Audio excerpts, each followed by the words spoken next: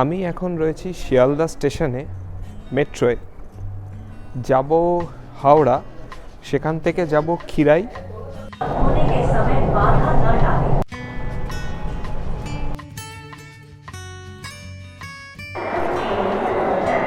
রয়েছে এখন আমাদের প্রিয় হাওড়া স্টেশনে ফুড প্লাজার সামনে,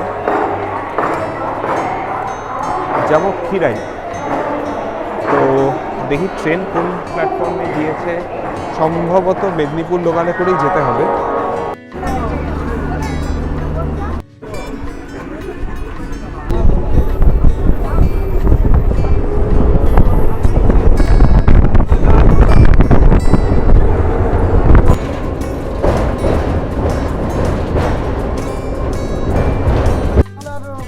প্রায় 2.5 ঘন্টা ট্রেন সফর শেষ করে এসে পৌঁছেছি খিরাইয়ে।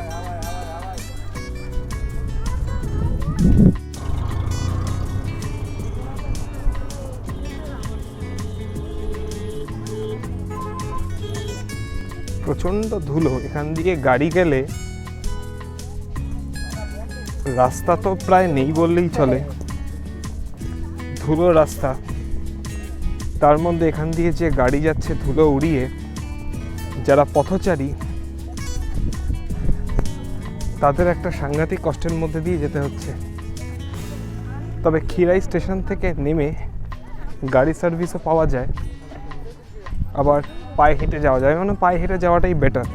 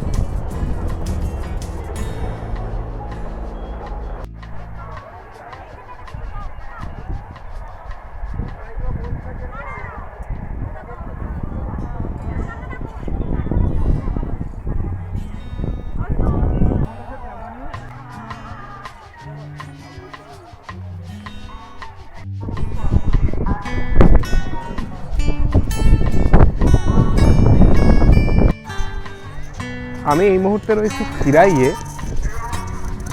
সত্যি বলতে অদ্ভুত সুন্দর জায়গায় খিরাই, যেদিকে তাকাচ্ছি খালি ফুল আর ফুল।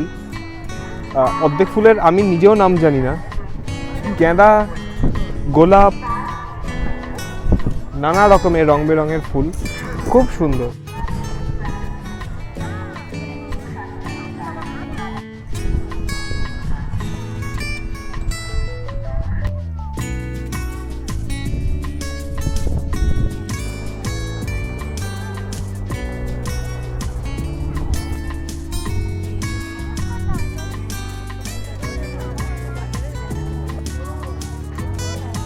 আজকের মতন খিরাই সফর এখানে শেষ করছি।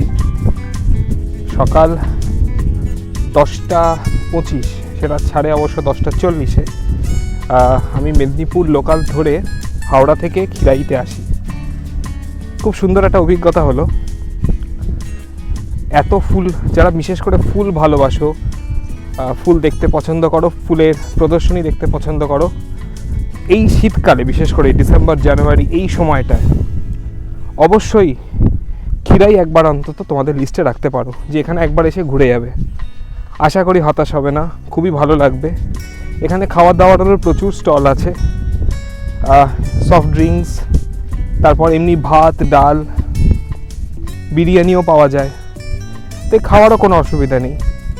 তাই বাড়ি থেকে মোটামুটি স্নান করে সকাল সকাল যদি বেরিয়ে আসো, এখানে তোমরা অনেক খাওয়ারও পেয়ে যাবে, ঘুরতেও পারবে। বেশ সারাদিন সঙ্গে একটা ভালো লাগবে এটা সারাদিন।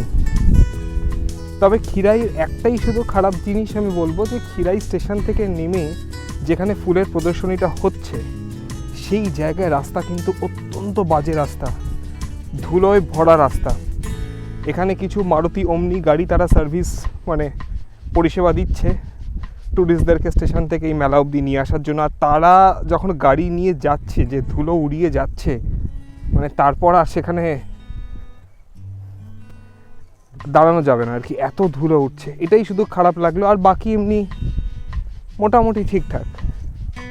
আমি একটা খুব সুন্দর অভিজ্ঞতা সঞ্চয় করে বাড়ি যাচ্ছি, তোমরাও এসো, জানিও কেমন লাগলো খিরাই। আজকের মতন এই খিরাই পর্ব এখানেই শেষ করছি। ইচ্ছে ছিল দেউলটি যাওয়ার, কিন্তু আজকে আর সময় নেই, কারণ এখান থেকে বাড়ি ফিরতে আমার অনেকটা সময় লাগবে। তাই দেউলটি আবার অন্য কোনো দিন যাব।